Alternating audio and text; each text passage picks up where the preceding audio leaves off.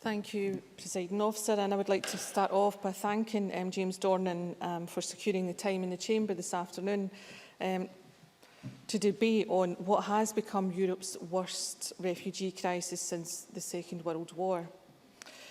The whole country is moved by this ongoing crisis, with people taking desperate measures to cross the Mediterranean from places including Syria and Libya. More than 2,700 lives have been lost so far this year in an unsuccessful mission to reach Europe in order to seek asylum or refuge. In my own regional area of Glasgow, I am proud that residents are doing what they can to help. Glasgow has now the highest population of asylum seekers outside London. Glasgow's record on providing refuge is the result of a great work of charities and organisations across the city and the Glasgow City Council. As I've mentioned in a debate that we had in the Chamber a couple of weeks ago, Glasgow City Council has already provided homes to 55 Syrians who have fled the war in their home country. It has also agreed to take in more, outlining its belief that it's simply the right thing to do.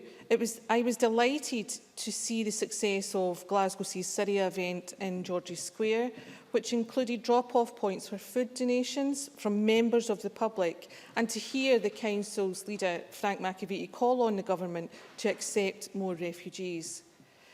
Glasgow University is also to be congratulated for introducing a series of measures to support refugee students, including fee waivers and the extension of the institution's Talent Scholarship Scheme to support refugee undergraduates and postgraduate students.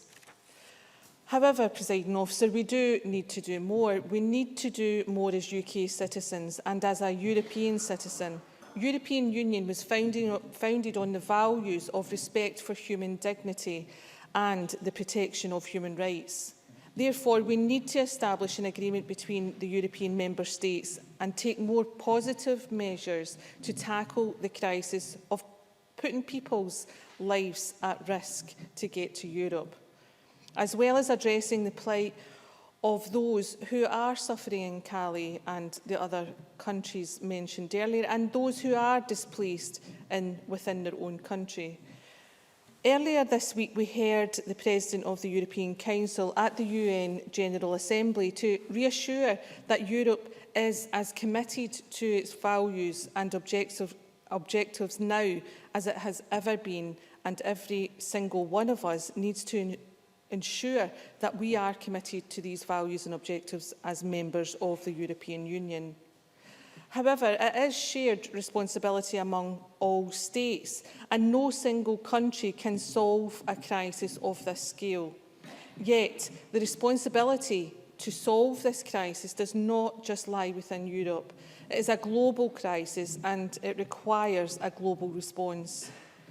In conclusion, Presiding Officer, the international community must come together and provide a global response to the ongoing refugee crisis, as we cannot turn our backs on people who are seeking refuge from war in their home country.